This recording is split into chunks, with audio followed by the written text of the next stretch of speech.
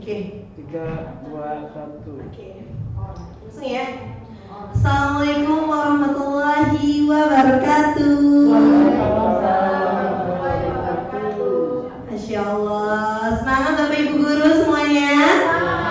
Semangat coba. Semangat pagi. Masya Allah. Semangatnya luar biasa.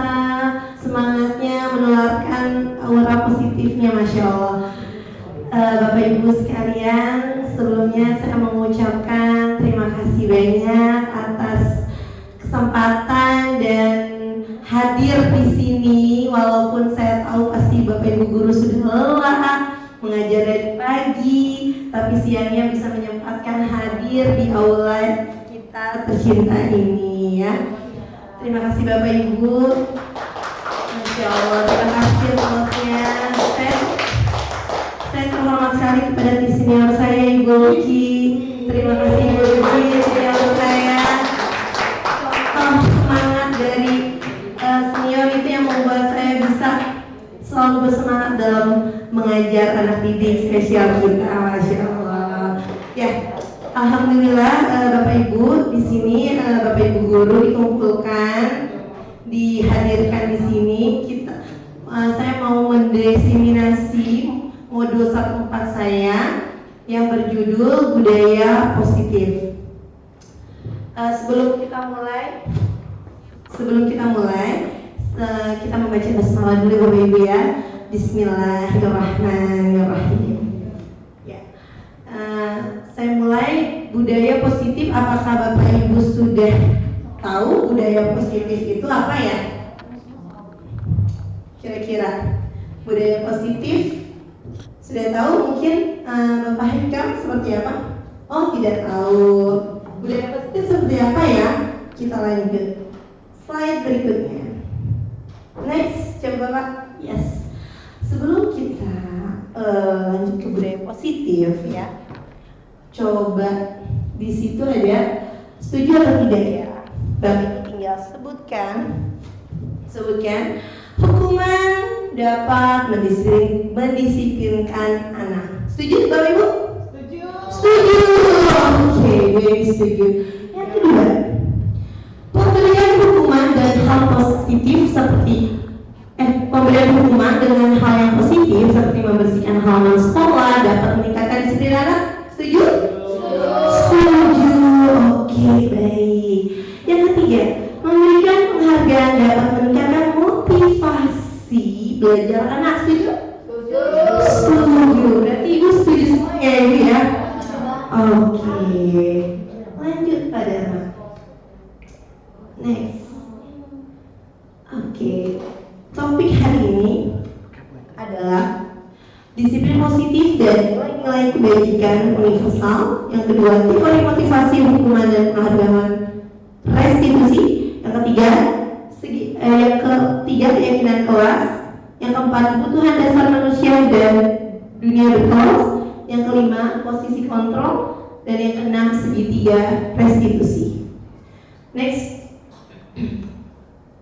Nah, di sini mungkin Bapak Ibu mau ada dua relawan yang maju ke depan untuk menstimulasi bahwa di sini ada kegiatan biasa peperangan. Jadi ada dua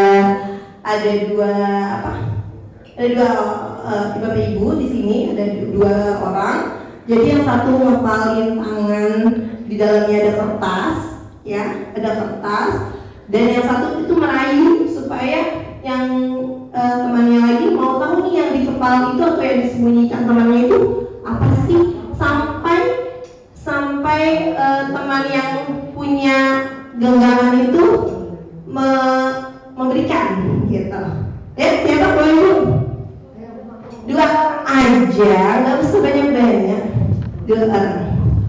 Ya, Bu Malinda sama Bu Mukti. Ya, nggak apa-apa. Ya. Nggak apa-apa.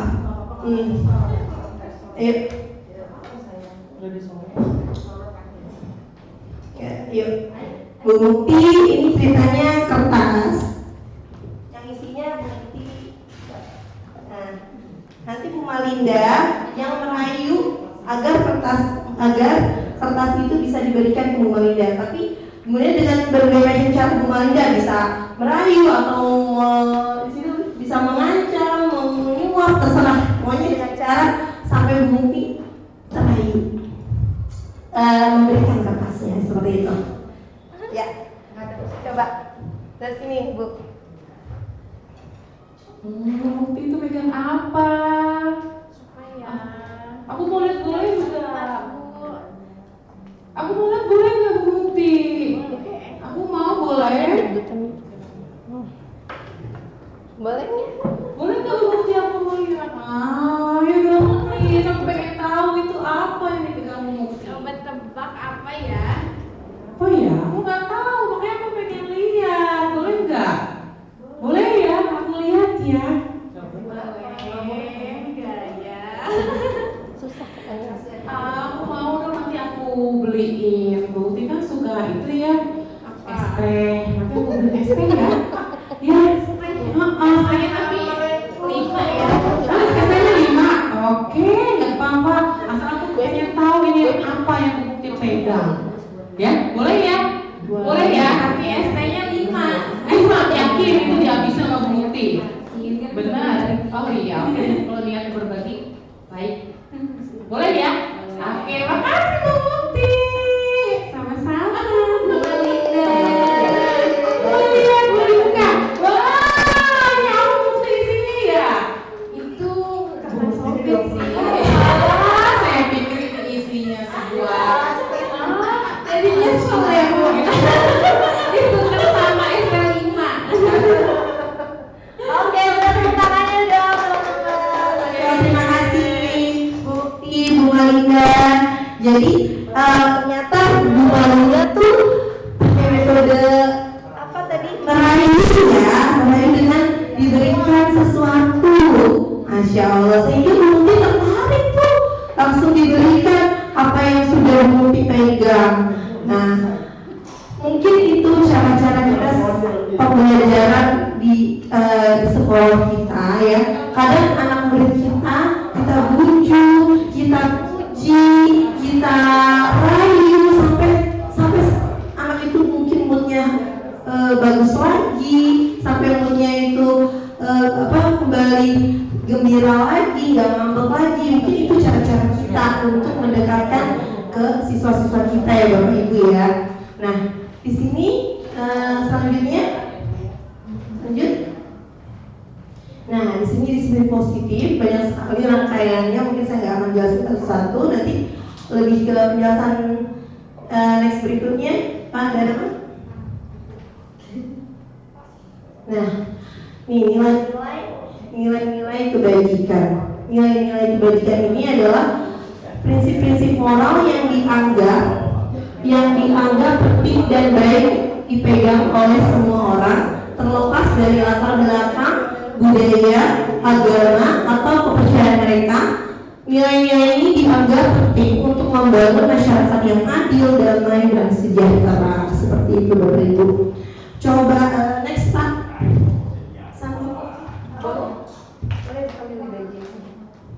Ya, nih contoh nilai kebajikan yaitu ada keadilan, keselamatan, ada tanggung jawab, kejujuran, rasa syukur, hati yang lapang, berprinsip, integritas, kasih sayang, rajin, berkomitmen, percaya diri, kesabaran, dan keamanan. Banyak sekali ya Ibu ya.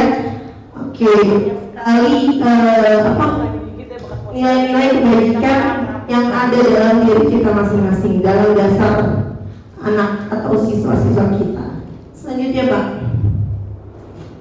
Nah, teori motivasi. Nah, di sini ada motivasi itu adalah kekuatan yang mendorong seseorang untuk melakukan tindakan tertentu. Motivasi dapat dibagi menjadi dua, yaitu motivasi intrinsik. Itu biasanya motivasi itu dari dalam. Ya, motivasi yang dari dalam diri seperti ingin tahu, minat, terus seperti keinginan yang kita mau capai. Tapi ada motivasi yang dari ekstrinsik. Jadi itu motivasi dari luar, apa dari lingkungan, misalkan kita kadang kita bergaul nih sama rekan guru, ada gaul, kalau kita bergaul sama lingkungan kita yang positif, Karena dari lingkungan yang baik, kita juga terbawa harus jadi baik gitu. Sama seperti hadis Rasulullah kan, ketika kita bergaul dengan tukang minyak wangi, kita akan kebawa minyak wangi, dan ketika kita bergaul dengan tukang minyak tanah, nah baunya pun akan kebawa dengan kita, seperti itu ya. Jadi itu motivasi dari ekstrinsik, jadi motivasi dari luar. Bagaimana dengan motivasi dari dalam? Motivasi dari dalam itu biasanya itu memang dari dalam diri kita sendiri. Kayak kita ingin, aduh saya mau kuliah S2 nih, untuk apa? Untuk mencapai untuk kita menambah wawasan kita, menambah ilmu kita gitu. Itu biasanya itu dari dalam. Karena kita ingin berguna lagi, ingin belajar lagi, ingin mengetahui banyak hal. Karena di luar sana mungkin kita tertinggal, jadi kita ada motivasi dalam diri kita, seperti itu. Nah, jadi kira-kira Bapak Ibu lebih banyak motivasi dalam diri atau dari luar nih? Kira-kira Bu Farida? Imbang. Oh, imbang. Ya, terkadang memang itu tidak kita ini ya. Emang kadang motivasi itu memang terbentuk dari diri kita sendiri, karena kita melihat lingkungan juga. Jadi itu akan balance antara luar dan dari luar dan dari dalam gitu. Bapak Ibu bisa di sini aja sambil makan. Kadang ini loh bocah, Ya, gimana? nggak sesuai ekspektasi, kita mau dia bisa gitu, kita enggak gitu loh. Jadi kayak gimana sih? Gitu lah pokoknya. Oke, Kita gitu. kaitkan sama keadaan anak-anak murid kita di kelas kayak gitu kan. Kata, oh ini si A bisa, si B bisa, kenapa nih? Apa ini salah kitanya? Apa kemampuan anak? Betul. Kadang kita kayak merasa dosa ya. Kayak misal jangan-jangan kita nggak paham mengajar gitu ya. Jangan-jangan kita nggak bisa mengajar, padahal mungkin dari diri anak ini nanti kita akan bahas Bu Farida, kebutuhan apa sih yang dia belum punya atau belum dapati, sehingga motivasinya tidak dapat di siswa kita gitu. Seperti itu. Lanjut pada Mak. Oke, nah di sini langsung ada perbedaan hukuman dan konsekuensi. Sini ada dua perbedaan. Kalau hukuman itu biasanya sesuatu yang menyakitkan harus terjadi, dan konsekuensi sesuatu yang harus terjadi. Jadi di sini ada perbedaan antara hukuman dan konsekuensi. Ya, yang pertama hukuman itu membuat sakit fisik maupun hati untuk jangka waktu yang lama. Tapi kalau konsekuensi itu membuat anak merasa tidak nyaman dalam jangka waktu pendek. Gitu. Jadi kalau hukuman biasanya sampai hati anak kayak dendam gitu, rasa kayak sebel sama si A, sama si guru ini karena saya udah dihukum gitu. Tapi kalau konsekuensi biasanya anak itu sudah paham sendiri, sudah paham sebenarnya ketika dia datang terlambat dia harus ngapain gitu, karena sudah ada kesepakatan sebelumnya. Betul sekali. Seperti itu. Kalau hukuman biasanya langsung tuh ditegaki, kamu terlambat ya udah kamu itu semaunya gurunya, semaunya karena tidak ada kesepakatan sebelumnya gitu, dan itu akan menjadikan anak lebih lebih lama jangka sakit hati, dendam itu ada gitu dalam diri. Seperti itu. Lanjut pada Rema.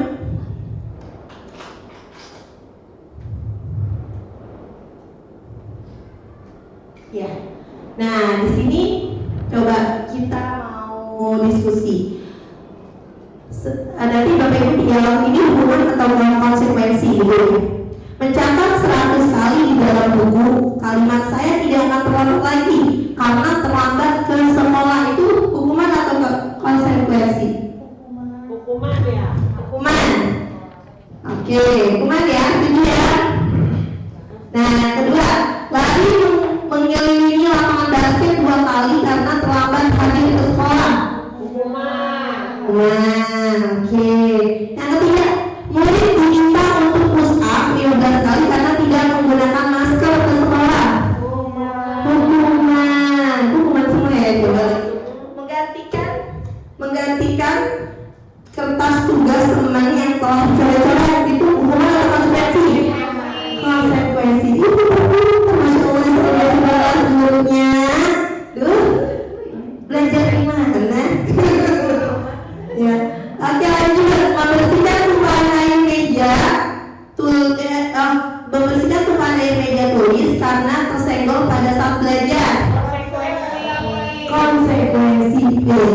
banget. Murid langsung hilang. Iklan. Silakan sambil makan aja kita diskusi sama ya, Bapak Ibu ya. Sendoknya ada di bawah.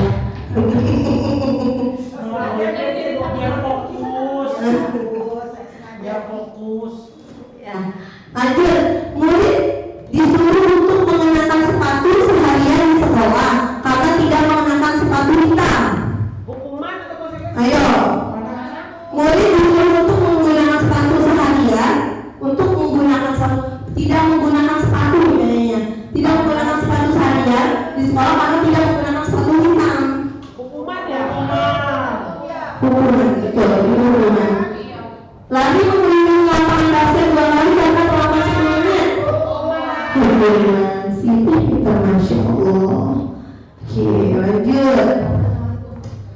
Dharma. Nah, kita masuk keyakinan kelas.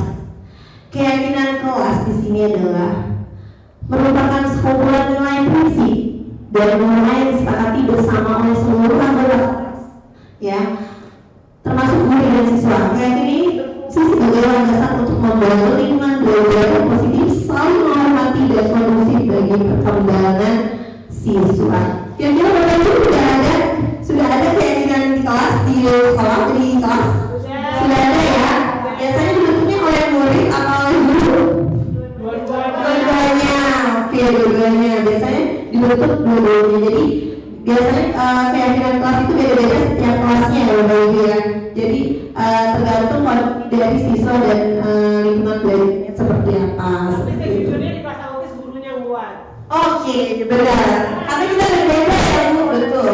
Saya juga gitu. Saya mau membuat karena anak kelas 1 belum bisa mengungkapkan apa yang dia anak-anak boleh nggak terlambat? Nggak boleh. Ayo kita tulis gitu ya. Jadi guru fasilitator ya, membimbing murid-muridnya. Oke, lanjut. Kelas 1. Nah ini disebut kebutuhan dasar manusia. Semua manusia itu memiliki kebutuhan dasar ya Bapak Ibu. Kayak dia harus ada kasih sayang, terus ada kesenangan, kebebasan, terus ada penguasaan. Pokoknya kebutuhan itu memang harus ada di dalam diri dia. Kira-kira harus dia rasakan. Kira-kira kalau ada kebutuhan yang tidak dia rasakan, apa yang terjadi? Apa yang terjadi kira-kira? Sedih. Misal dia tidak mendapatkan kasih sayang dengan orang tua, harusnya dia bisa mendapatkan kasih sayang. Apa yang terjadi? Perilaku apa yang akan ditimbulkan oleh anak didik kita ketika rasa kasih sayang itu tidak muncul atau dia tidak dapatkan? Nah, betul.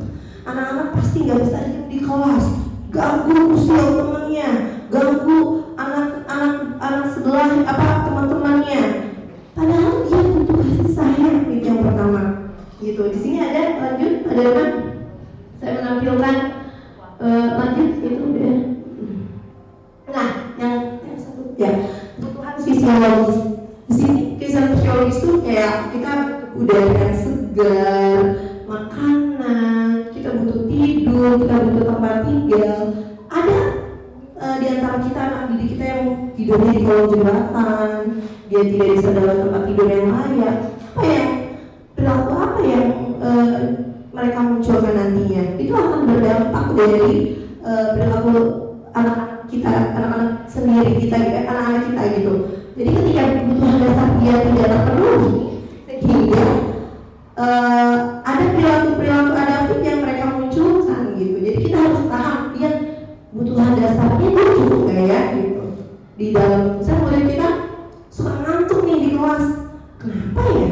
Apa ternyata dia ikut mamanya dagang malam, pagi-pagi subuh baru pulang ibunya, sedangkan dia ikut. Nah, otomatis dia akan ngantuk di kelas gitu kan.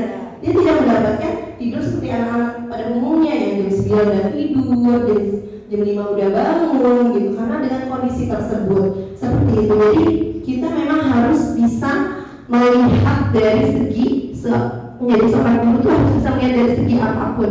Kebutuhan dasarnya cukup nggak? Kebutuhan dasarnya terpenuhi nggak? Kalau tidak terpenuhi pasti ada sesuatu gitu. Nah lanjut, ada kebutuhan yang kedua itu adalah kebutuhan ya, kebutuhan keamanan dan rasa aman. Ya, di sini ada keamanan fisik, emosional, ekonomi, gitu ya. Jadi kebutuhan-kebutuhan tersebut memang harus didapatkan. Kalau kita tidak dapatkan, anak-anak didik kita misal ibu sibuk nyari uang, sibuk dagang, dia nggak dapat, ternyata dia bisa beli apapun, dia bisa karena ibunya kerja, tapi dia tidak mendapatkan rasa kasih sayang. Gitu. Akibatnya anak didik kita pasti punya karakter-karakter yang jahil, ya usil, dia suka. Padahal anaknya pintar, tapi dia nggak mau dengar kata kita gitu. Itu dia yang unik-uniknya peserta didik kita gitu. Kita harus lihat 5 dasar yang dasar kemampuan kebutuhan dasar yang dimiliki atau yang dipenuhi oleh setiap anak didik kita gitu. Yang ketiga adalah ya kebutuhan cinta yang tadi saya bilang, kebutuhan cinta dan rasa memiliki, kasih sayang, rasa memiliki, terus persahabatan. Ada anak yang udah oke semuanya, tapi di sekolah dia nggak ditemenin. Dia karena dia mungkin di rumah nggak pernah main, ternyata di sekolah dia nggak ngerti cara bergaul, terus dia nggak ditemenin. Dia dibilang temennya dia bisa semua apa, dia sebenarnya pengen main, tapi nggak tahu cara main seperti apa karena dia nggak pernah main di rumahnya, karena di rumahnya misalkan komplek. Itu akan kita pahami dengan kebutuhan itu gitu. Jadi ini anak kenapa ya kalau main penabur, nyubit mulu, padahal maksud dia mau main gitu. Oh ternyata pas kita lihat, kita wawancara ibunya, oh dia rumahnya kompleks sehingga dia nggak pernah main di rumah. Nah ketika dia nggak pernah main di rumah, berarti otomatis dia nggak tahu cara dia bergaul seperti apa gitu. Jadi kita harus lihat posisi-posisi itu. Lanjut, kebutuhan penghargaan. Nah di sini, ini saya juga agak jadi refleksi diri saya gitu ya. Ketika penghargaan itu tidak didapati oleh anak, ketika penghargaan itu kita merasa gitu aja. Tapi harusnya kita kan kayak anak mendapatkan kayak dia buang sampah di tempat, dia buang sampah di tempat sampah gitu.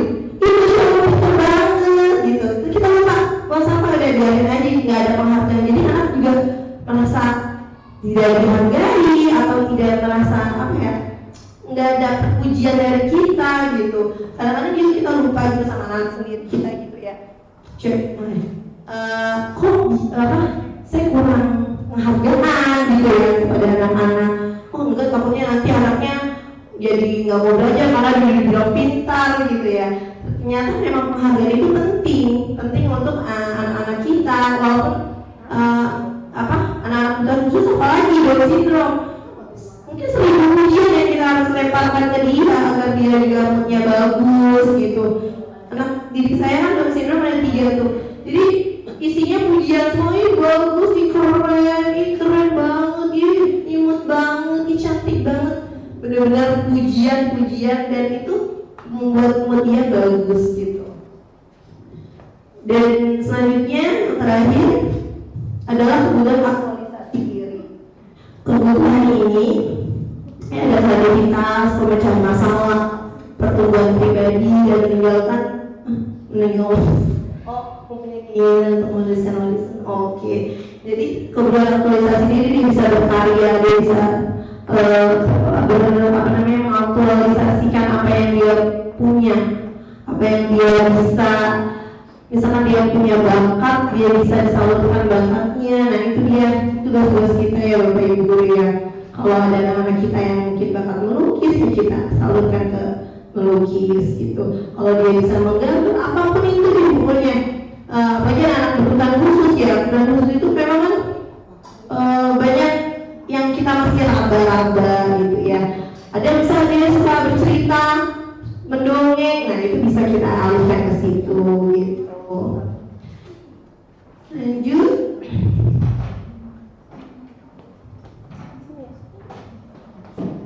Nah, 5 posisi kontrol. Di sini ada 5 posisi kontrol yang memang Bapak Ibu kira-kira saya ada di posisi di mana ya? Di sini ada 5 posisi kontrol. Yang pertama adalah penghukum. Penghukum ini jadi sosok guru yang penghukum, yaitu guru ini bertindak sebagai otoritas, absolut deh pokoknya, otoriter. Aturan dan konsekuensi ini ditetapkan secara kaku, tidak fleksibel. Penekanannya pada hukuman juga kontrol eksternal, komunikasi bersifat instruktif dan satu arah. Contohnya, jika kamu tidak melihat PR, kamu akan mendapatkan detensi. Berhentilah berbicara dengan aku. Berhentilah berbicara dengarkanlah aku. Kamu selalu membuat masalah, saya akan memberi tahu orang tuamu. Kayak gitu. Jadi itu sifatnya kalau hukuman tuh mengancam bisa, terus dia juga sifatnya otoriter sekali gitu.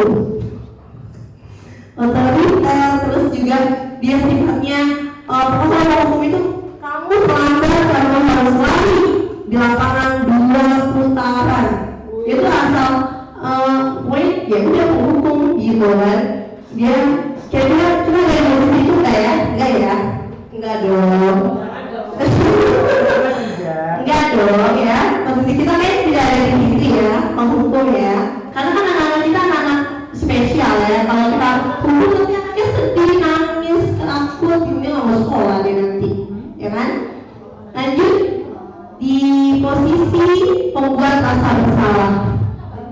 Sebenarnya pembuat rasa bersalah tuh kayak ada gini, aduh kamu kenapa sih telat mulu?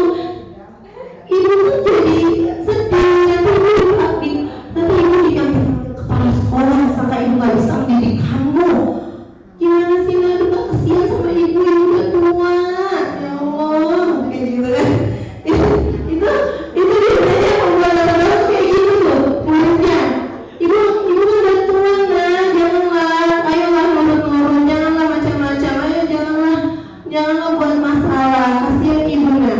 Jadi tuh anak yang merasa nggak ngerti masalahnya apa, maksudnya apa yang salah deh, kalau ingat ya lo kasihan banget ibu gitu doang ya.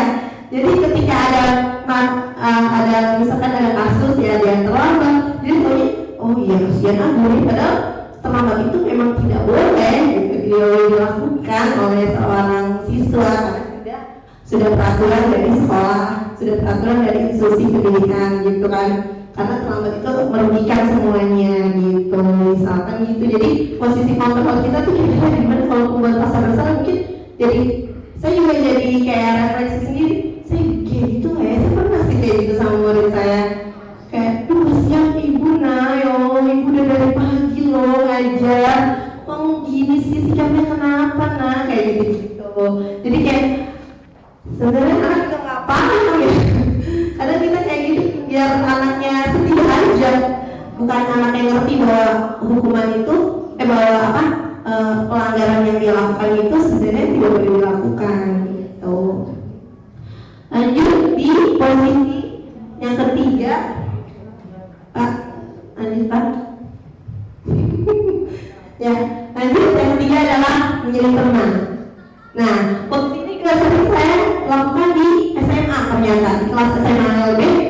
Saya posisi menjadi teman, kirain saya bakalan jadi saya jadi guru favorit nih kalau saya jadi teman, ternyata malah jadi anaknya malah kayak ngeyel ya, itu kayak kurang sopan akhirnya gitu loh. Ya misalkan kok gitu sih duduknya kakinya di atas meja, kok duduknya kayak gitu, duduknya yang bagus gitu. Iya benar, ya karena kebiasaan sih dulu tolongin ibu dulu, makasih, jangan banget sih kamu kayak gitu. Jadi kayak teman gitu ya, batasan guru dan murid itu kayak teman, sehingga ketika ada pelanggaran yang dilakukan atau tindakan negatif, kita mau ngasih tahu nggak didengar, nggak didengar ya, sangat sepele gitu, kayak teman udah santai aja, ibu gini doang aja, ibu ngapain sih santai aja, nggak usah kayak gini, kayak gitu. Kadang iya posisi kontrol teman juga ternyata kurang efektif bagi mungkin sebagian anak, kurang efektif karena jadi kayak sebaya sama mereka gitu. Lanjut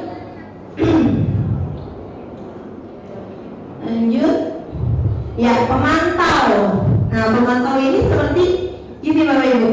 Posisi kontrolnya tuh kalau pemantau itu kayak dia misalnya anaknya telat nih.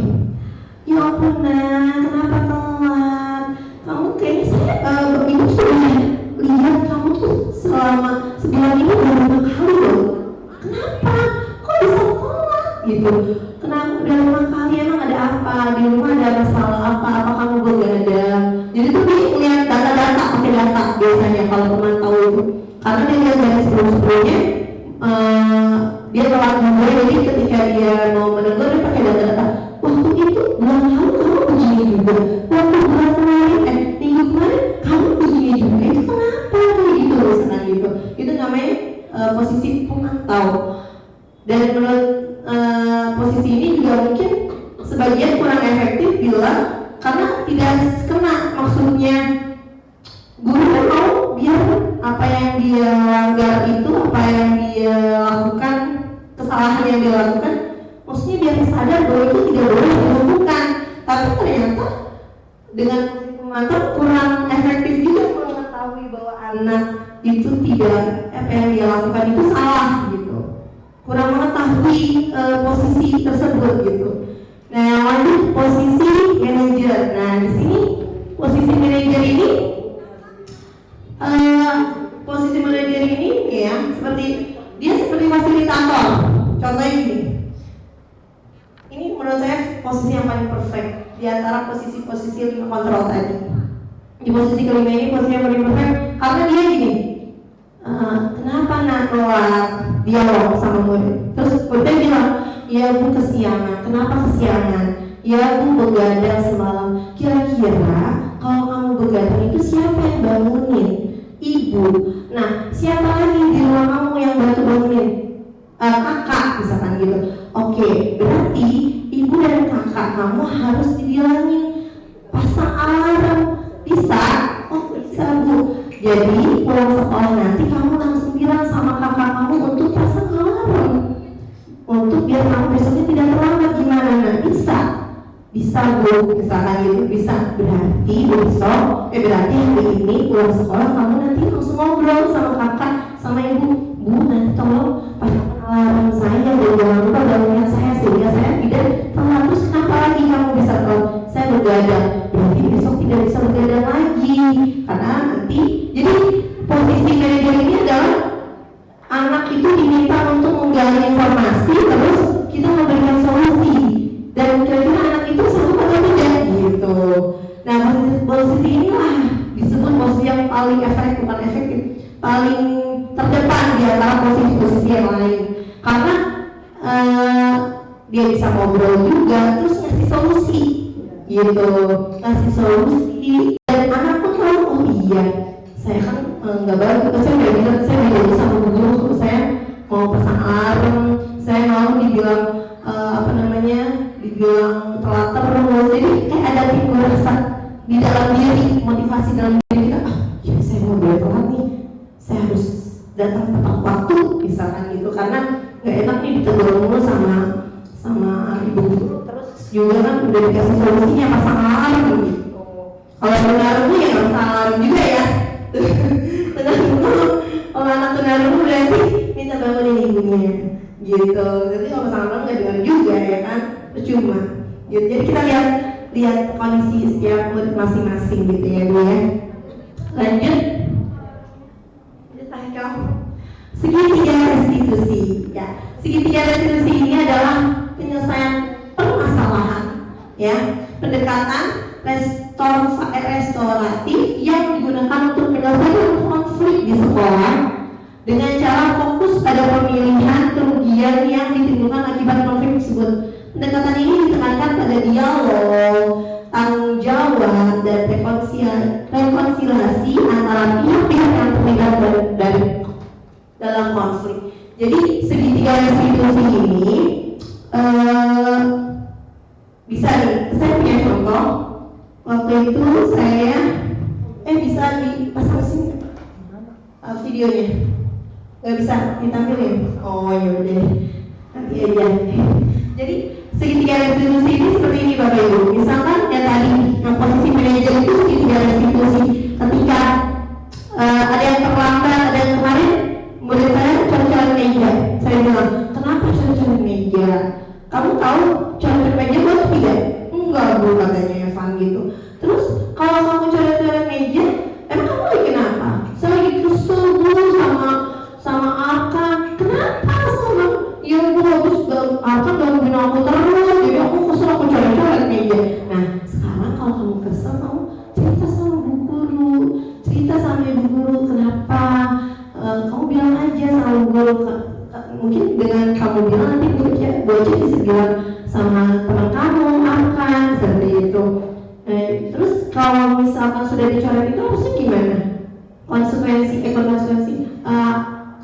hal apa yang kamu harus lakukan? Dibersihkan, kata Evan. Oke, dibersihkan, nanti bocah akan ambil cairan pembersih agar kamu bisa membersihkan meja tersebut.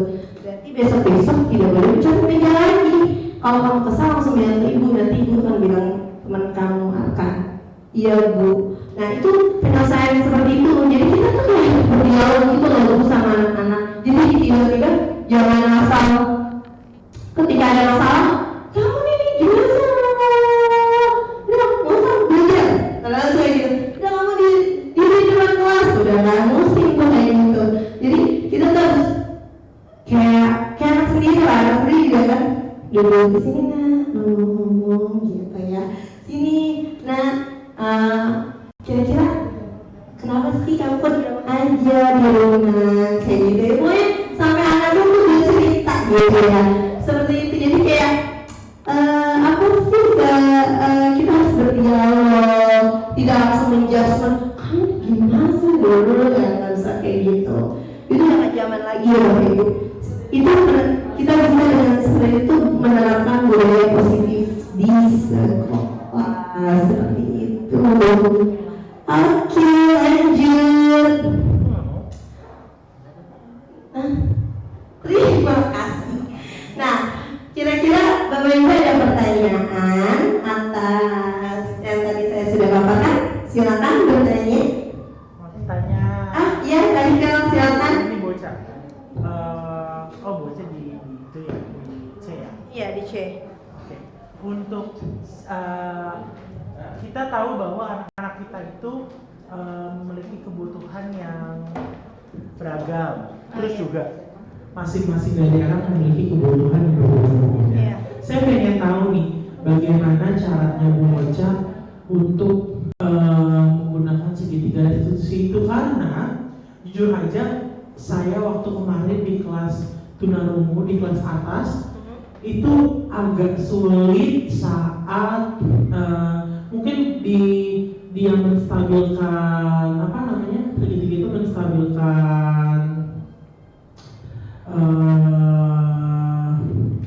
Masalah. saya jadi lupa menstabilkan identitas oke. Tapi di saat menanyakan keyakinan sama validasi kebutuhan ini jujur saya susah banget, karena kan harus dari beliau atau harus dari peserta kita sendiri yang merasa bahwa itu kebutuhannya, gitu kan? Nah itu gimana cara bocah untuk di kelas-kelas rendah nih, apalagi SD LB nih, cara sampai dia meyakini bahwa oh itu salah ternyata ya, itu sulit banget. Mungkin dan ditambah nanti dia mengakui kesalahannya dan dia berinisiatif harus itu menimbulkan inisiatif aja agak sulit ya. Karena saya jujur aja, saya waktu yang di SMALB untuk tunarungu itu prosesnya cukup panjang sekali. Nah kalau bocah sendiri yang di SLB gimana, dan yang dicek? Ya baik, terima kasih Pak Hekal. Terus pertanyaannya bagus sekali ya Pak Hekal, luar biasa pertanyaan Pak Hekal. Jadi di Pak Hekal waktu itu di SMA ya, waktu itu. Nah kalau di SDLB itu memang tunagrahita kalau saya segitiga restitusinya itu memang agak sulit ketika memang tunagrahita yang masih belum bisa bicara ya. Paling kita memfasilitasi itu memang memakai gambar, karena ketika misalnya perilaku itu diulang terus ya, sehingga kita perlu ada terobosan untuk ya anak supaya dia tahu nih kalau apa yang dilakukan itu salah. Nah itu kalau saya bisa memakai gambar waktu itu Soja itu selalu melempar buku temannya, melempar pensil, pokoknya mengganggu temannya. Sampai saya bilang Soja punya apa ini? Nah kita bisa lakukan dengan cara itu dia memakai gambar. Kira-kira perbuatan ini salah, dan anak sebenarnya tahu loh ketika ada media itu.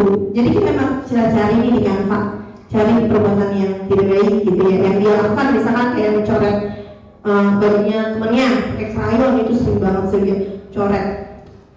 Bagus ya kira-kira coret ini? Gini, padahal nggak ngomong langsung begini. tidak baik, tidak bagus. Nah itu ketika penerapan di kelas tuh pembelajaran PKN waktu itu ya.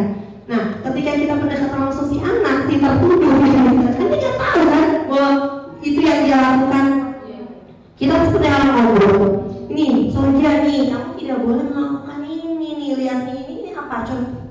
Tidak baik, nggak boleh coret-coret lagi. Dia ketawa kayak gitu. Nah tapi kayaknya dia nggak paham. Nah ketika dia muncul, dia selalu melihat saya Pak. Jadi pas dia muncul, nah langsung berarti bahwa dia ternyata coret-coret itu hanya mencari perhatian saya gitu. Itu berarti sudah menjadi keyakinan di kelas. Nah betul, karena memang ada terjadi peristiwa itu. Kan pasti nanti di validasi kebutuhannya itu kan keyakinannya. Itu masuk keyakinan yang mana kalau di kelas? Yang coret-coret itu mencoret-coret baju masuk ke dalam keyakinan yang mana untuk di kelas bocah sendiri? masuk ke dalam keyakinan di kelas bersama, karena memang itu banyak korbannya Pak. Ada 3 anak yang selalu dicoret. Bocah sudah buat keyakinan di kelas. Nah ini Pak, saya ini ungkapin, ketika di kelas tidak ada namanya mencoret-coret baju. Waktu itu hanya datang tepat waktu, terus selalu menempati alat pensil di tempatnya, sama mainan. Saya punya mainan di kelas tuh kayak bola-bola ditaruh di tempatnya, dan saya tidak ada mencoret-coret. Nah ketika ada hal itu dan dilakukan terus berulang kali, saya baru memilih untuk untuk mengadakan keyakinan itu, menambahkan ya istilahnya, menambahkan keyakinan itu, karena ketika kan kita awal masuk itu kan memang masih meraba karakter ya.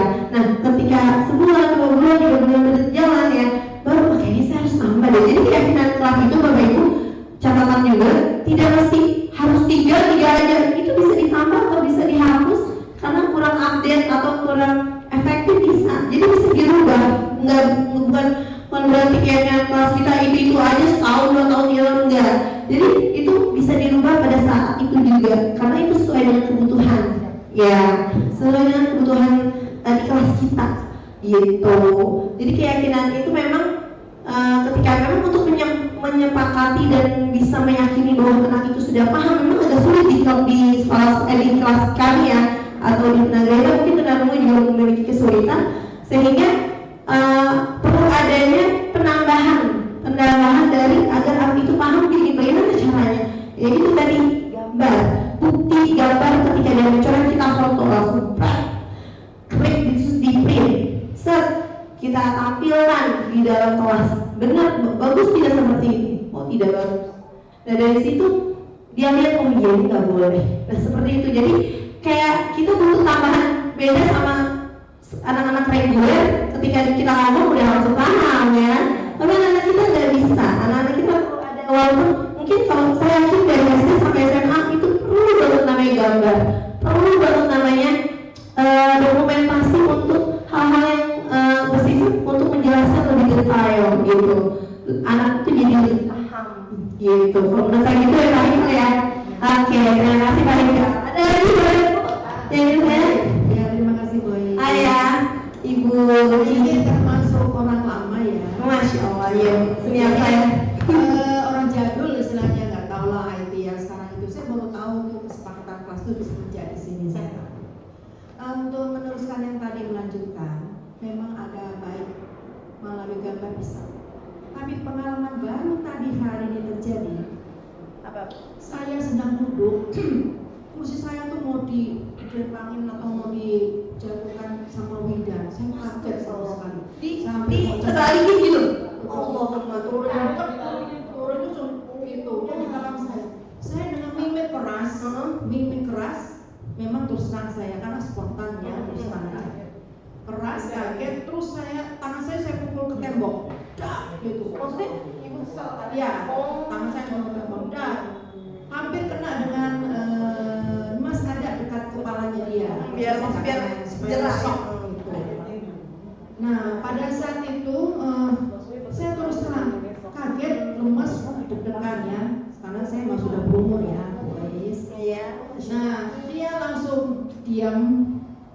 tidak berkata apa-apa, diam. Mungkin dia agak kaget kali ya, karena selama ini saya nggak pernah keras. Nah, terus akhirnya setelah selesai dia berdiri dan mencium saya. Nah, mudah-mudahan ini juga sebagai pengalaman dia supaya dia berbekas di hatinya ya. Jangan sembarangan gitu. Yang dihium, maksudnya ibu dihium, bukan ibu dihium. Dipeluk. Oh, dipeluk. Saya. Oh, Saya oke. sambil minta maaf gitu. Ya, seakan-akan mau minta maaf ya. Bahasa dulu ya. Betul. Nah, jadi dikatakan ini termasuk kategori hukuman atau konsekuensikah yang saya katakan seperti itu. Oke. Terima kasih. Ya, ya sebenarnya kalau untuk termasuk hukuman atau konsekuensi, karena kalau disebut itu kalau bukan kalau menurut saya Bu, itu namanya refleks dari mungkin ibu kaget juga kan, ketika itu, ketika itu kan manusiawi ya, reflektivitas kita langsung muncul, langsung tergerak gitu ya. Ya termasuk hukuman atau konsekuensi yang dia lakukan, yang ibu lakukan. Jadi saya kaget, saya tuh Jadi langsung kayak mukul tembakan Bu. di belakang saya.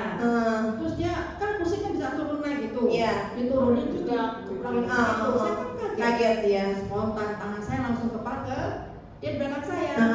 Ke tembok. Keras. Sakit juga tangan saya. Iya. Dan dia Langsung kaget. langsung mengkerut gitu. Karena dia memang tidak bisa komunikasi. Dia senangnya bercanda gitu. Memang ramai, memang ulah hari ini tuh dia memang terlalu banget gitu. Oke? Iya. Oke, terima kasih Bu Luki. Kalau pendapat saya itu reflektivitas dari seorang guru ya, ketika kita ada hal-hal yang mengejutkan di anak. Saya juga pernah dimarahi, mungkin Bu Farida juga pernah dipukul ya, itu refleks kita pasti langsung tangan si anak kita langsung menghindari dari wajah kita, atau itu refleks, atau mungkin karena refleks kita jadi menekan sehingga berbekas. Nah itu sebenarnya bisa kita komunikasikan kepada orang tua gitu ya. Kalau disebut itu konsekuensi atau hukuman, menurut saya itu bukan dua-duanya, karena itu reflektivitas dari seorang guru. Ibu masih mending ya tembok ya dulu, bukannya si anak. Kadang-kadang juga si anak yang langsung sakit, kita langsung refleksi ke anak gitu kan. Nah memang ada sebagian guru yang saya mengalami, soalnya saya diterkam gitu, saya langsung menghindar gitu kan. Akhirnya jadi kayak menarik kerannya gitu kan, sobek lah kancingnya waktu itu si Dero robek. Saya bilang, iya Bu, makanya kamu jangan bocah kaget tiba-tiba tuh langsung kayak menerkam gitu. Ya tadi dijorokin teman-temannya gitu, jadi langsung kayak gitu. Nah itu refleks sampai kancingnya robek, karena refleks dari kita mau melindungi diri kita gitu ya, melindungi diri kita. Nah dan itu saya langsung komunikasikan kepada orang tua gitu. Oh Bu, kancingnya tadi saya ceritain tragedinya gitu. Nah kalau mungkin untuk kasus Wildan itu shock therapy itu mungkin bagi berkebutuhan khusus juga selama itu tidak menyakitkan. Kalau menurut kami di lingkungan kebutuhan khusus itu it's okay gitu ya, selama itu tidak menyakitkan anak, dan anak mungkin nggak biasa lihat kita langsung setegang itu gitu ya, marah dengan mimik yang agak jutek ya. Nah ketika yang muncul itu anak juga takut. Nah itu bisa juga menjadi senjata kita untuk oh iya berarti anak ini kayaknya agak kaget juga dengan sikap kita gitu ya, agak langsung gimana kaget gitu. Memang memang kayak kita butuh shock terapi, tapi mungkin ada tanda kutip tidak menyakitkan gitu ya. Apakah itu bisa ditambahkan? Boleh Ibu izin sedikit menambahkan. Sebenarnya kalau itu dibilang hukuman atau hukuman atau konsekuensi, betul kata bocah mungkin refleks ya. Tapi saya di sini lebih menyoroti pada respon dari ibu. Sebenarnya kalau kita lihat dari guru, di itu tidak ada perbuatannya dibetuli gitu bocah. Jadi kan itu kan jatuhnya masuknya kepada kalau 5 peran guru kira-kira nih saya tanya ke Bapak. 5 posisi kontrol. 5 posisi kontrol itu maksudnya kontrol yang mana? Iya, kalau yang tadi guru dilakukan itu kira-kira 5 posisi kontrol yang mana? Kan tadi ada kontrol hukuman, ada rasa bersalah,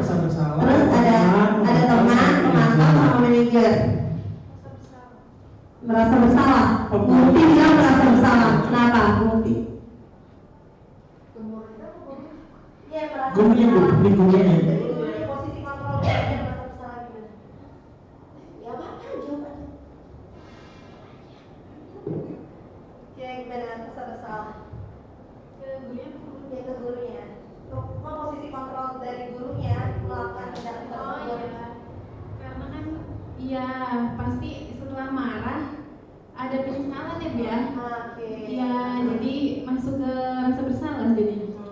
Oke, berarti itu kan misalnya dulu, berarti ini sebenarnya kalau saya bilang lebih kepada yang penghukum sama pembuat rasa bersalah Bu. Respon itu belum pada idealnya manajer di posisi manajer Iya, ya. Tapi iya. memang saya sendiri mengakui bahwa seringkali saya pun masih ada di posisi penghukum dan pembuat rasa bersalah. Rasanya enak memang boleh membuat rasa bersalah gitu. Iya, Biar- biar kesel gitu anaknya. Iya, benar. Karena sebenarnya yang tadi Ibu lakukan itu akan dilakukan kayaknya hampir semuanya kalau kaget secara refleks. Tapi di posisi kontrolnya untuk refleksnya oke. Dan anak itu ada sedikit efek gitu ya. Tapi kalau di posisi gurunya, ini posisinya masih yang paling bawah, yang nomor 5 atau yang nomor 4, yaitu posisi penghukum atau pembuat Rasa rasa bersalah, karena masih ya itu kalau saya bilang sih out of control masih. Iya, itu kita menurut saya iya, iya. ini betul. Karena itu juga nggak akan bisa berpikir untuk manajer nggak akan bisa ke situ gitu. Karena kalau manajer kan pikiran kita harus tenang dengan konsep-konsep, dengan lihat karakternya siswa juga gitu. Jadi di sini guru itu harus bisa memancing anak punya rasa bersalah. Bukan memancing. Jadi dia karena dia udah bersalah, jadi kita marah nih, kita pukul, ditang. Terus kan dia merasa, oh ibu marah, dia bersalah, dia langsung sayang minta maaf. Jadi membangkitkan rasa Menstimulus ya Bu ya. Kesadarannya muncul. Iya, kesadaran tentang dia melakukan kesalahan Iya. muncul. Makanya dia merasa punya untuk ngeluh Pak. Tapi bukan untuk membuat dia merasa bersalah, tapi lebih kepada bahasanya kesadaran dia bahwa dia membuat sebuah kesalahan muncul. Itu poin positifnya. Karena kalau misalnya kita bilangnya jadinya anak ini jadi tahu rasa bersalah, itu konotasinya negatif. Kalau masuk ke budaya positif itu jadi nggak masuk, jadi nggak boleh. Tapi kalau misalnya timbul kesadaran diri bahwa apa yang dilakukan bersalah, itu positif. Iya. Jadi kata-katanya Bu. Kata-katanya ya, kata-katanya yang tadinya kita biasa kesepakatan boleh sepakat. Iya boleh keyakinan. Menjadi sebuah Keyakinan. Jadi harapannya saat dia meyakini berarti sudah menjadi budaya. Gitu Bu. Gitu. Gitu ya Bu. Oke, terima kasih banyak mamanya, luar biasa semuanya. Supriyadi mau tanya. Salam ya. Masya Allah. Terima kasih. Baik teman-teman, ada lagi Bapak Ibu yang mau diskusi? Nah, gimana Bu Farida? Ya tadi saya sih apa namanya bisik-bisikan sama Bu Emi ya, bisik-bisik manja kita tadi ya. Bu Emi, ini kalau ke anak autis aku di posisi di mana ya Bu Emi? Nah, iya. Posisi kontrolku di mana ya? Yang ada kita marah dia pulang, kata-kata kita, gitu. Buat kesepakatan kelas dia pulang lagi, kata-kata kita, kayak gitu loh. Jadi ya begitu, apalagi itu untuk yang satu yang wadah bisa verbal, apalagi Adit sama Firman. Aduh gimana ya, jadi tadi ngobrol lah, kalau anak autis posisi kita di mana ya, kayak gitu. Saya Coba tuh bocah tuh dijelasin kalau untuk adik. Oke, terima kasih. Ya, terima kasih Bu Farida. Mungkin sama banget dengan Bu Farida, apa yang Bu Farida bilang itu sama. Saya juga pas kita belajar di budaya positif ini, dia kalau di SLB posisi saya di mana ya? Saya pernah kalau dengan kayak dibelai-belai anaknya jadi kayak gitu. Terus kalau dihukum, dikerasin, bisa, cuman tapi besok ngulangi lagi, nggak jerah gitu ya. Terus dengan hukuman gitu lagi. Kalau posisi manajer kayak tadi, nah kemarin saya mencoba nih anaknya Bu Emi, Evan, saya ajak berdialog. Nah, anak itu ternyata tidak memunculkan apa ya? Kan kalau manajer itu kayak menggugah rasa. Kira-kira ketika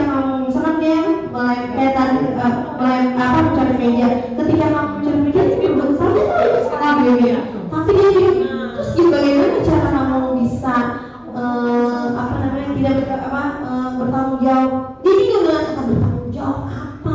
Terus saya langsung memancing, apakah dibersihkan atau dibiarkan? Jadi gitu, jadi dipilih dua opsi. Gak bisa anak menunjukkan sendiri dengan pemecahan masalah itu, gak bisa. Kira dibersihkan atau dibiarkan, Evan? Bersihin, Bu. Dibersihkan. Jadi kalau dia tadi diam aja, apa ya? Karena dia nggak akan bisa memunculkan itu, gitu anak-anak kita tuh. Jadi kita perlu harus berimprovisasi dari materi tersebut, gitu. 5 posisi kontrol itu, oh kita langsung mau manajer nih, tapi kita harus memunculkan apa yang dia harus lakukan. Kita mancing, dibersihkan atau bersihin, Bu? Oke, bersih. Terus kamu tahu bersihnya berapa? Nggak tahu. Nah akhirnya ya udah nanti bersihnya bocah siapin. Jadi tetap didampingi Bapak Ibu. Nggak bisa dia dibiarin sendiri tuh, nggak bisa. Anak-anak kita tuh mau autis, tunagrahita itu sama, kita harus dampingi. Iya dampingi, jangan dibiarin udah begitu aja dengan kayak anak-anak reguler, nggak bisa gitu. Jadi kita emang harus perlu import dari materi tersebut, kita improvisasi ke anak dan menyesuaikan dengan karakter si anak tersebut gitu.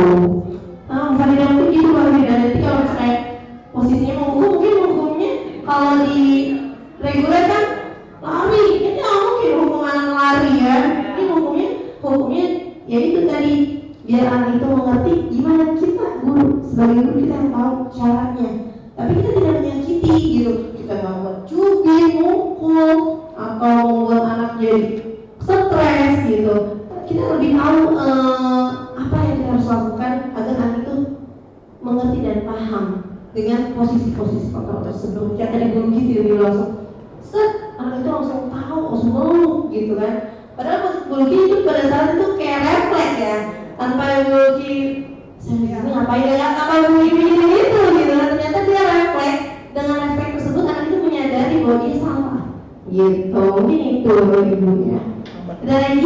Atau yang ditambahin siapa? Nambahin lagi. Ibu yang nambahin sedikit. Nambahin sedikit. Jadi kalau saat pengalaman saya, kita berada di pendidikan luar biasa gitu. Memang untuk penanganannya bahkan BPPP sendiri pun bingung. Jadi kita aja kalau nilai kadang rubrik penilaiannya pun nggak sesuai, nggak bisa dilakukan di SLB gitu. Tapi yang saya lakukan adalah untuk anak-anak berkebutuhan khusus yang mempunyai hambatan perilaku atau gangguan perilaku, seperti contohnya pada terdidik autis itu, kita di yang khusus kenal yang namanya behavior modification atau modifikasi perilaku. Nah, hal itu bisa dilakukan dan itu bisa dikomunikasikan. Kalau mau ngomongin kontrol, iya kita jadi jatuhnya jadi harus ada di monitoringnya gitu kan. Kayak misalnya anak ini perilakunya harus berbeda dengan perilaku yang seperti ini, tapi dengan cara berbeda dulu kalau modifikasi perilaku. Terus anak autis juga bisa menggunakan ini, mungkin yang sering digunakan juga dalam beberapa sekolahan.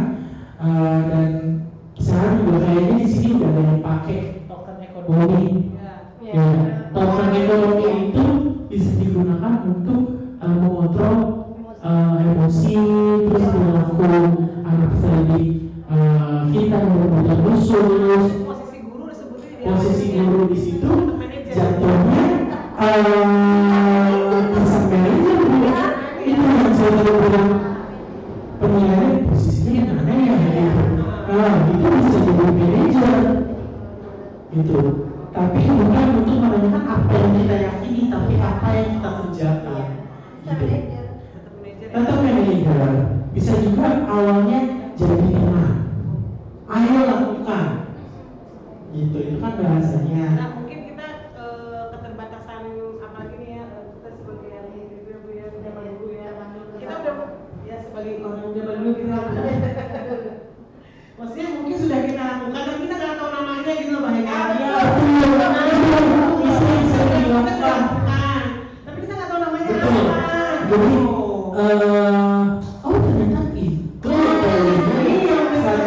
Nah itu dia makanya saya bilang pengalaman nggak bisa dibeli. Iya betul. Pengalaman makanya saya bilang saya yakin di sini udah ada yang ngelakuin karena kenapa? Udah ada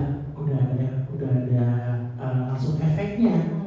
Efeknya bisa kita lihat dari peserta didiknya. Peserta didik itu kayak bebek kan, tahu semua. Ibunya kemana?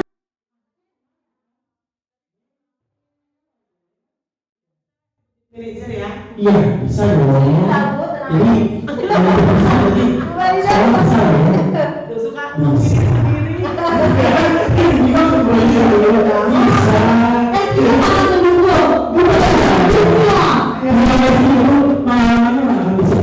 Ya, pengalaman itu akan bisa dibeli. Ya, terima kasih Mbak Hinton, Bu Farida, Bu Luki, dan Bu Mukti. Saya sudah mendapatkan tepuk tangannya dong semuanya. Kita semuanya hebat dapat dulu ya. Tidak serius dulu, semoga dengan apa yang kita sudah diskusikan di sini bisa menambah wawasan ibu, bisa menambah semangat ibu dalam mengajar di kelas, bisa menambah ilmu dan bisa diimplementasikan di kelas masing-masing gitu ya Bapak Ibu. Mungkin dari saya itu aja karena memang waktu kita sudah terbatas ya Bapak Ibu juga mau siapkan untuk pulang. Sebelumnya saya juga mengucapkan terima kasih banyak ya pada saudara saya Bu Farida, Bu Luki dan teman-teman saya Bu Eni. Saya sebut satu-satu karena Bu Malinda, Bu Mukti, Bu Yeni udah nggak ada, Bu Yeni, Pak Supri, Pak Haikal, Pak Dharma, Masya Allah orang-orang hebat ini.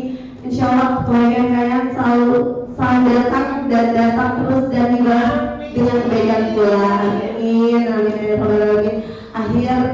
Akhir dari saya, mohon maaf kalau ada salah dari apa yang saya ucapkan, mohon maaf. Saya mohon maaf dan terima kasih. Wassalamualaikum warahmatullahi wabarakatuh.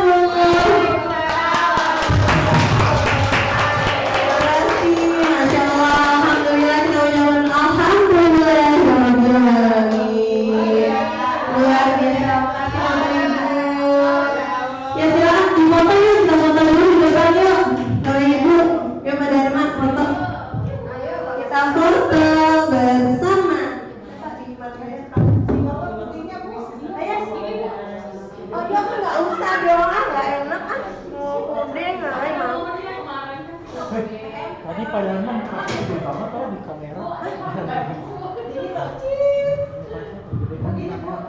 Oh iya ya. Ayo jangan dong. Ayo di sini. Kita tanpa dikasih puding pun datang loh, Cak.